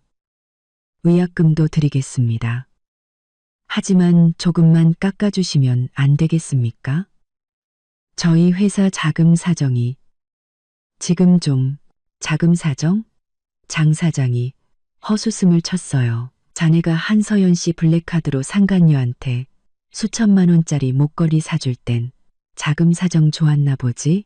똑똑히 말해두는데 단 한 푼도 못 깎아줘. 3일 주겠네. 납품하든지 돈을 물어내든지 아니면 법정에서 보세. 그 말을 남기고 장 사장은 다른 고객들과 함께 뒤돌아 나가버렸어요. 박지훈에게는 더 이상 말할 기회도 주지 않았죠. 박지훈은 그 자리에 서서 손을 덜덜 떨었어요. 그때 재무팀장이 보고서를 들고 달려왔죠. 그의 얼굴은 새하얗게 질려 있었어요. 대표님, 큰일 났습니다. 이 고객들 위약금을 다 합치면 4억 원이 넘습니다. 저희 회사 계좌에는 지금 5천만 원도 채 남지 않았습니다. 도저히 갚을 수가 없습니다. 게다가 이번 달 직원들 월급도 아직 못 줬는데 이러다 직원들이 들고 일어날 겁니다. 월급, 위약금. 박지훈은 머리를 감싸쥐고 목소리를 높였어요. 원자재는 구매부에서는 아직도 공급업체 하나 못 찾았어? 비싸도 좋으니까 구해오라고 구매부장이 침울한 얼굴로 말했어요. 대표님, 시내에 있는 모든 공급업체에 연락해 봤습니다. 물건이 없다고 하거나 가격을 3배 이상 부릅니다. 사더라도 우리가 지불할 돈이 없습니다. 게다가 예전에 거래했던 작은 업체들도 우리가 HS그룹과 틀어졌다는 소문을 듣고는 밉보일까봐 거래를 안 하려고 합니다. 그제야 박지훈은 완전히 절망했어요. 원자재가 없으면 납품을 못하고, 납품을 못하면 위약금을 물어야 하고, 자금이 없으면 월급을 못 주고, 이 모든 문제들이 산처럼 그를 짓눌렀죠. 그가 무어라 말하려던 순간 직원들 한 무리가 사직서를 들고 그에게 다가왔어요. 선두에는 회사 창립 멤버인 이 부장이 있었죠. 그는 3년 동안 박지훈과 함께 일했어요. 이 부장은 사직서를 박지훈에게 건네며 한숨을 쉬었어요. 대표님, 죄송합니다. 저도 먹여 살릴 처자식이 있어서 회사 사정이 이런데 마냥 기다릴 수만은 없습니다. 이번 달 월급은 바라지도 않겠습니다. 밀린 성과급이라도 정산해 주시면 오늘 바로 떠나겠습니다. 이 부장을 시작으로 다른 직원들도 펀펀히 사직서를 내밀었어요. 대표님, 저도 그만두겠습니다. 월급 정산 부탁드립니다. 저도요. 여기 있어봤자 미래도 없고 월급도 못 받을 것 같네요. 박지훈은 손에 들린 수북한 사직서를 보며 이 부장의 팔을 붙잡았어요. 이 부장, 자네는 나랑 오래 일했잖아. 며칠만 더 시간을 줘. 내가 어떻게든 회사 살려낼게. 그때 되면 월급도 올려주고 성과급도 두둑이 챙겨줄게. 이 부장은 고개를 저었어요. 대표님, 저희가 대표님을 못 믿는 게 아닙니다. 회사에 희망이 보이지 않아서 그럽니다. 원자재도 없고 자금도 없고 위약금까지 물어야 하는데 설사 대표님께서 원자재를 구하신다 한들 고객들이 다시 저희와 거래하려 할까요? 저희는 그냥 월급쟁이입니다. 안정적인 직장을 원할 뿐입니다. 저희를 그냥 보내주십시오. 박지훈은 그들을 붙잡으려 했지만 직원들은 들은 척도 하지 않았어요. 사직서를 내려놓고 각자 자기 짐을 챙기기 시작했죠. 1시간도 채 되지 않아 사무실은 텅 비어버렸어요. 아직 갈 곳을 정하지 못한 인턴 몇 명과 이뮤나만 남아 있었죠. 이뮤나는 더 이상 예전처럼 애교를 부리지 않았어요. 그녀는 박지훈에게 다가가 불평 섞인 목소리로 말했죠. 지훈 씨, 이게 다 어떻게 된 거예요? 회사가 왜 이 모양이 됐어요? 직원들도 다 떠나고 우리 이제 어떡해요? 내 가방은 아직 못 샀는데 우리 아기 나중에 수입 분유 먹여야 한단 말이에요. 박지훈은 원래도 심란했는데 이뮤나가 재촉하자 화가 폭발했어요. 그만해. 넌 맨날 가방, 수입 분유 타령이야.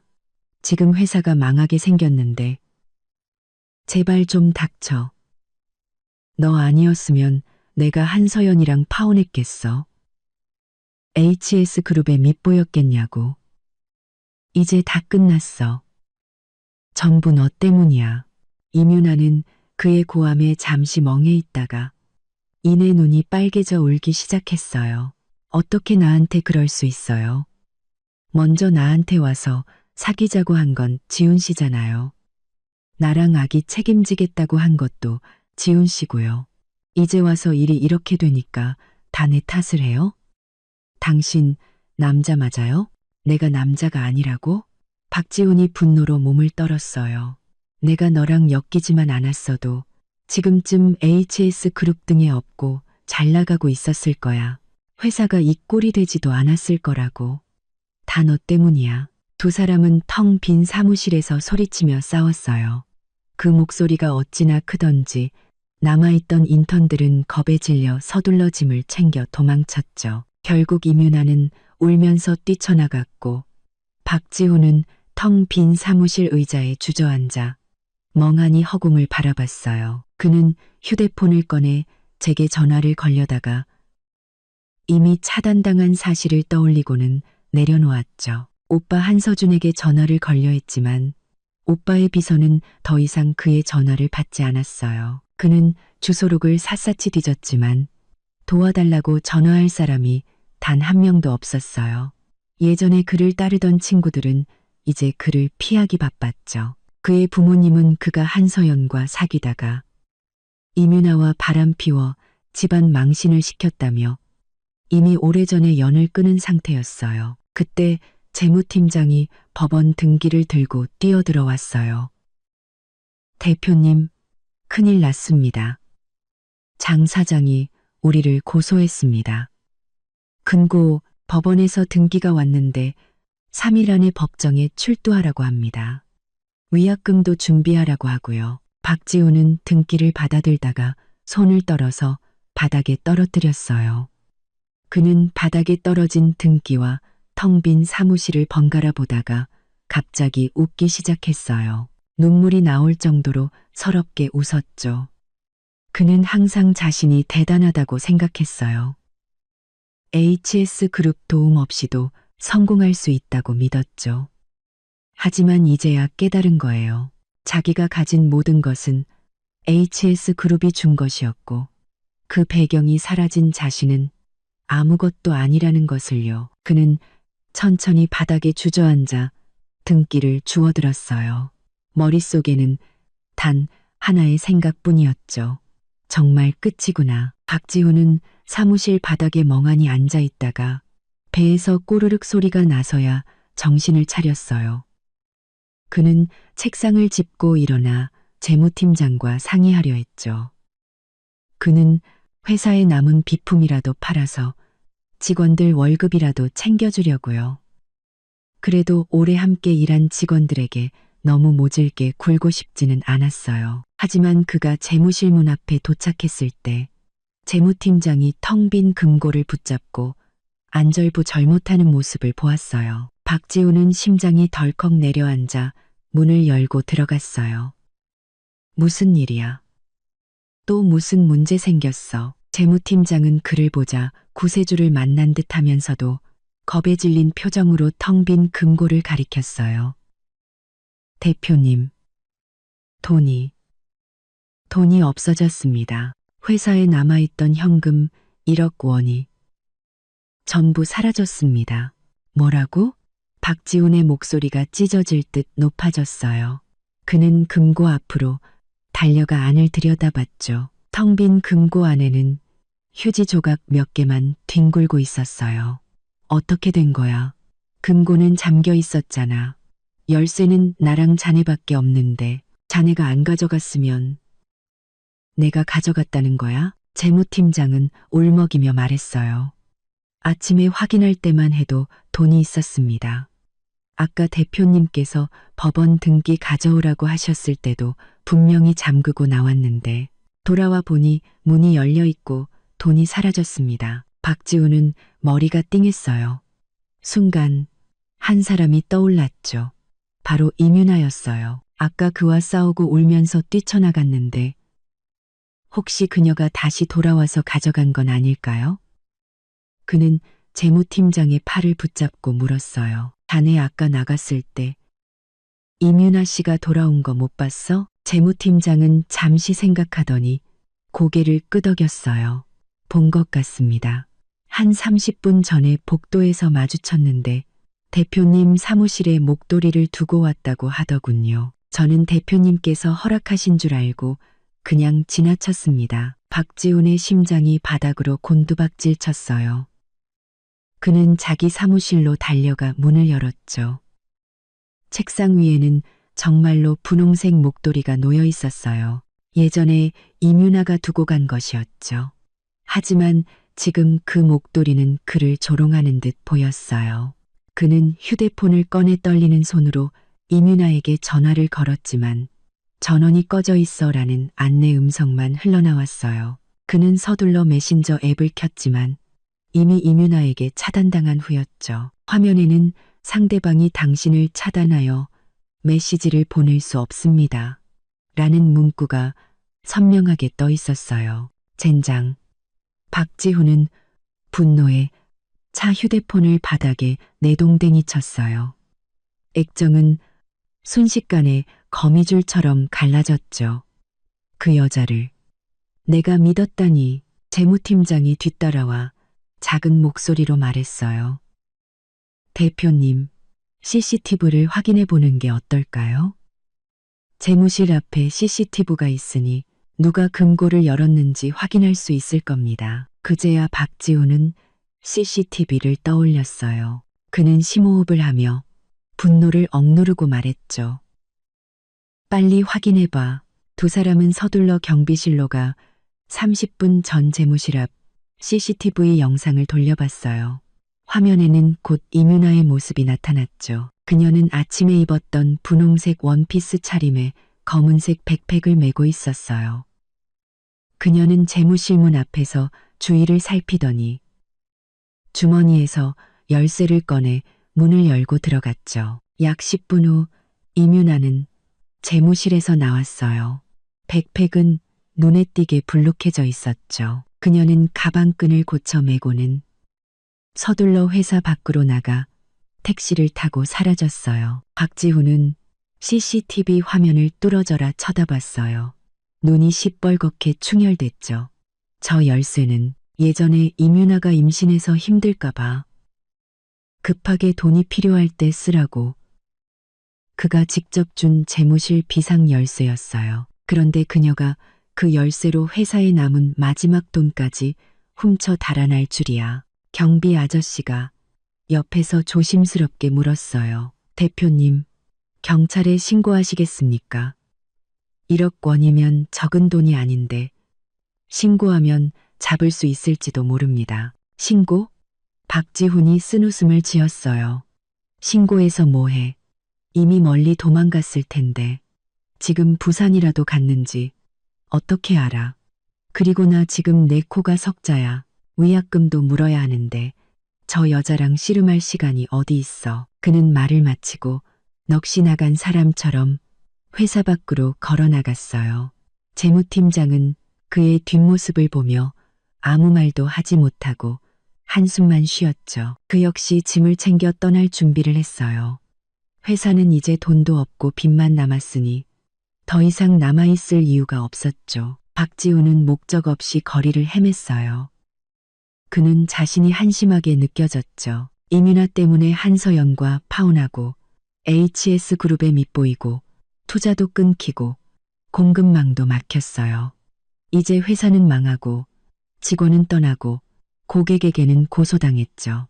마지막에는 이윤아마저 남은 돈을 들고 도망가 버렸어요.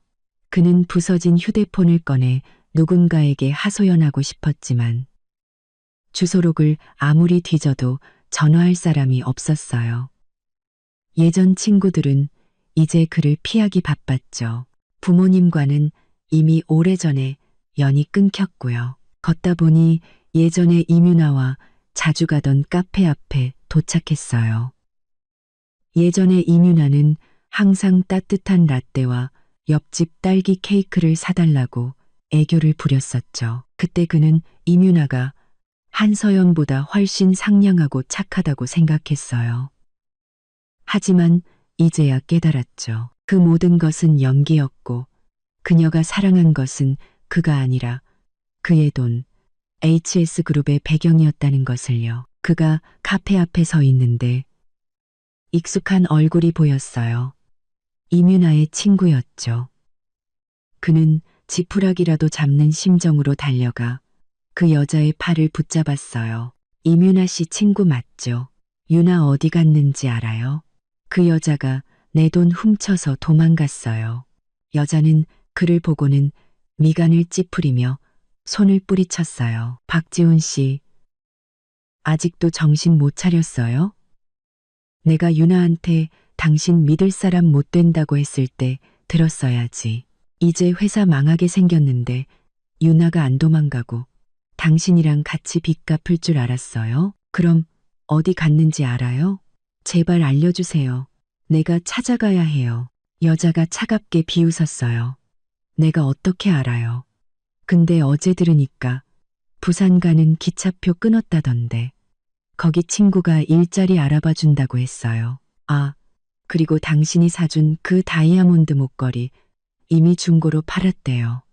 1천만 원 넘게 받았다던데 당신 회사에서 훔친 돈까지 합치면 한동안은 넉넉하게 살겠네요. 그 말을 들은 박지훈은 다리에 힘이 풀려 주저앉을 뻔했어요. 이윤아는 처음부터 계획했던 거예요.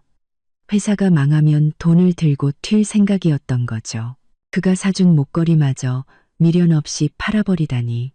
그는 옆에 있는 전봇대를 붙잡고 속을 개원했어요. 그는 바닥에 쏟아진 토사물을 보며 웃기 시작했죠. 눈물이 쉴 새 없이 흘렀어요. 그는 평생 이렇게 비참해 본 적이 없었죠. 사랑하는 여자에게 속아 모든 것을 잃다니. 그때 휴대폰이 울렸어요. 법원에서 온 전화였죠. 내일 오전 9시에 법정에 출두하라는 내용이었어요. 박지훈은 천천히 전화를 끊었어요. 머릿속에는 단 하나의 생각뿐이었죠. 정말 끝이구나. 이제 한서연 말고는 날 도와줄 사람이 없어. 그는 마지막 희망을 걸고 한서연의 회사를 향해 걸어갔어요. 무릎이라도 꿇어서 빌어야겠다고 다짐하면서요. 다음 날 아침 8시 반 출근 시간이라 회사 앞은 붐볐어요. 제가 택시에서 내리자마자 회사 건물 앞에 사람들이 모여 웅성거리는 것을 보았죠. 보나마나 박지훈일 거라 생각했어요. 사람들을 해치고 안으로 들어가니 정말 박지훈이 회사 정문 앞에 무릎을 꿇고 있었어요. 그는 구겨진 셔츠 차림에 머리는 까치집을 짓고 있었고 눈은 퀭했죠. 그의 앞에는 한서연, 내가 잘못했어. 제발 용서해줘라고 적힌 종이가 놓여 있었어요. 사람들은 휴대폰으로 사진을 찍으며 수군거렸죠. 저 사람 한 대표님, 전 약혼자 아니야? 약혼식에서 상간녀 데리고 왔던 사람. 꼴 좋다. 그렇게 잘난 척 하더니 회사 망하고 상간녀도 도망가니까 이제 와서 비네. 박지훈은 저를 보자 눈을 빛내며 무릎으로 기어와 제 바짓가랑이를 잡으려 했어요. 저는 급히 뒤로 물러나 피했죠. 서연아, 드디어 왔구나. 내가 잘못했어. 정말 잘못했어. 약혼식에서 너한테 그런 짓 하는 게 아니었는데 제발 한 번만 용서해줘. 저는 미간을 찌푸리며 옆에 있는 경비 아저씨에게 말했어요. 이 사람 좀 일으켜주세요. 다른 분들 출근하는데 방해되잖아요. 경비 아저씨가 그를 일으키려 했지만 그는 버티며 제게 소리쳤어요. 서연아, 안 일어나. 네가 용서해 줄 때까지 여기서 무릎 꿇고 있을 거야. 넌 마음 약하잖아. 예전에 날 그렇게 좋아했는데 내가 이렇게 비참한 꼴을 그냥 보고만 있진 않을 거잖아. 그렇지? 마음이 약하다고? 저는 차갑게 비웃으며 그를 내려다봤어요. 박지훈, 이제 와서 그런 말을 해? 약혼식에서 나한테 망신 줄 땐 내 마음 생각 안 했어? 내 블랙카드로 이민아한테 5천만 원짜리 목걸이 사줄 땐? 이민아가 당신 회사 돈 들고 튀었을 때 그 여자한테 가서 마음 약한 척 좀 해보지 그랬어? 제 말에 주변은 조용해졌고 모든 시선이 박지훈에게 쏠렸어요. 그의 얼굴은 새빨개졌죠. 네가 생각하는 것처럼 내가 아직도 내 말 몇 마디에 속을 것 같아? 네가 무릎 꿇는다고 내가 널 용서하고 네 회사를 구해줄 것 같아? 박지훈, 넌 너무 순진해. 이 모든 건 다 네가 자초한 일이야. 박지훈은 절망적인 목소리로 울부짖었어요. 서연아, 내가 정말 잘못했어. 이제 난 갈 곳이 없어. 회사도 망하고 고객한테 고소당해서 위약금 4억도 물어야 해. 돈 못 갚으면 감옥에 갈지도 몰라. 제발 한 번만, 마지막으로 한 번만 도와줘. 앞으로 내가 개처럼 일해서 갚을게. 주변에서 그가 너무 불쌍하다며 저에게 도와주라는 말이 들려왔어요. 저는 그들을 한번 쳐다보고는 다시 박지훈을 보며 차갑게 말했죠. 개처럼 일한다고? 우리 HS그룹에 너 같은 사람 필요 없어. 우리 오빠가 너한테 50억을 투자하고 내가 너한테 블랙카드를 준 건 네가 믿을 만한 사람이라고 생각했기 때문이야. 근데 넌 어땠지? 우리 돈으로 상간녀나 먹여 살리고 나를 배신했어. 이제 와서 도와달라고? 늦었어. 네가 저지른 죄값 네가 알아서 책임져. 저는 그 말을 남기고 회사 안으로 들어가려 했어요. 박지훈이 갑자기 일어나 제 다리를 붙잡으려 했지만 경비 아저씨가 재빨리 그를 막았죠. 그는 발버둥 치며 제 등 뒤에 외쳤어요. 서연아, 가지마. 내가 정말 잘못했어. 앞으로 이민아랑 절대 연락 안 할게. 너한테만 잘할게. 네가 시키는 건 뭐든지 다 할게. 네 회사 경비라도 시켜만 줘. 저는 걸음을 멈추고 그를 돌아보며 말했어요. 박지훈, 우리 회사 경비 아저씨들이 너보다 훨씬 줏대 있어. 여기서 시간 낭비하지 말고 위약금이나 어떻게 갚을지 생각해봐. 저는 그 말을 남기고 회사 안으로 들어갔어요. 엘리베이터를 타기 전 뒤를 돌아보니 박지훈은 경비 아저씨에게 붙잡힌 채 바닥에 주저앉아 울고 있었죠. 저는 그를 동정하지 않았어요. 그가 제게 준 상처에 비하면 이건 아무것도 아니었으니까요. 사무실에 도착하자 비서가 커피를 건네며 말했어요. 대표님, 아래층 일은 들었습니다. 괜찮으세요? 경비팀에 연락해서 박지훈 씨 쫓아낼까요? 저는 커피를 한 모금 마시고 웃으며 말했어요. 아니, 그냥 둬. 저렇게 난리칠수록 더 많은 사람들이 그 사람의 진짜 모습을 알게 되겠지. 그래야 내 속이 시원해. 비서가 고개를 끄덕였어요. 네, 대표님.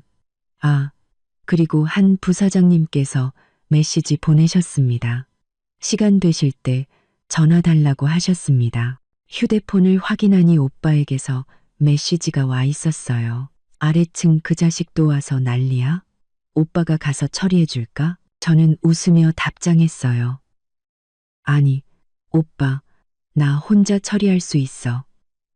이제 저 사람은 아무것도 아니야. 아, 그리고 박지훈 회사 이제 위약금 4억 물어야 하고 회사에 돈 한 푼도 없고 직원도 다 나갔대. 곧 파산 신청할 것 같아. 오빠가 금방 답장했어요. 파산. 잘 됐네. 너 예전부터 전자제품 사업 해보고 싶어 했잖아. 그 회사 파산하면 변호사 시켜서 헐값에 인수해버려. 내 사업 확장하는 데 딱이네. 저는 눈이 번쩍 뜨였어요. 정말 좋은 생각이었죠. 박지훈의 회사는 망했지만 생산 라인과 고객 자원은 남아 있었어요. 헐값에 인수할 수만 있다면 정말 좋은 기회였죠. 저는 오빠에게 답장했어요. 오빠, 그 생각 정말 좋다. 당장 변호사한테 연락해서 준비하라고 할게. 오빠에게서 좋아요. 이모티콘과 함께 메시지가 왔어요. 도움 필요하면 언제든지 말해. 오빠가 뒤에서 든든하게 받쳐줄게. 어운다. 저는 바로 우리 집안 전담 변호사인 왕 변호사에게 전화했어요. 왕 변호사님, 지금 당장 회사 인수계획안 하나 준비해 주세요. 대상은 박지훈의 JM 테크입니다. 그 회사 지금 파산 직전이에요. 최대한 낮은 가격으로 인수해 주세요. 제 체면 생각할 필요 없습니다. 왕 변호사가 전화기 너머로 웃으며 말했어요. 걱정 마십시오, 대표님. 제가 전문입니다. 3일 안에 계획안 만들어서 일주일 안에 인수 끝내겠습니다. 다음 날 왕 변호사에게서 좋은 소식이 들려왔어요.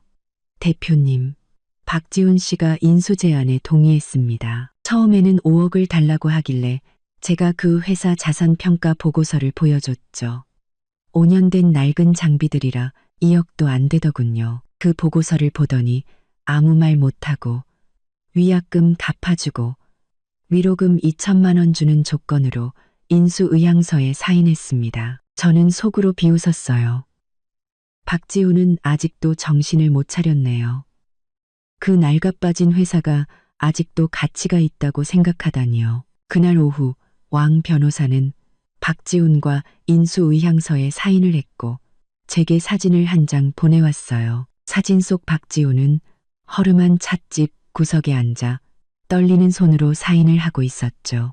예전에 자신만만하던 모습은 온데간데 없었어요. 일주일 후 인수는 마무리되었고 JM 테크는 이브닝 스타 테크로 이름을 바꿨어요. 제가 새로운 대표가 되었죠. 저는 회사에 남아있던 몇 안 되는 직원들을 찾아가 밀린 월급을 전부 청산해주고 월급을 10% 인상해주겠다고 약속했어요. 직원들은 감격하며 제게 충성을 맹세했죠. 저는 오빠에게서 100억을 투자받아 새로운 생산 라인을 들였고 회사는 빠르게 정상화되었어요. 몇 달 후 제 회사는 업계에서 주목받는 기업으로 성장했어요.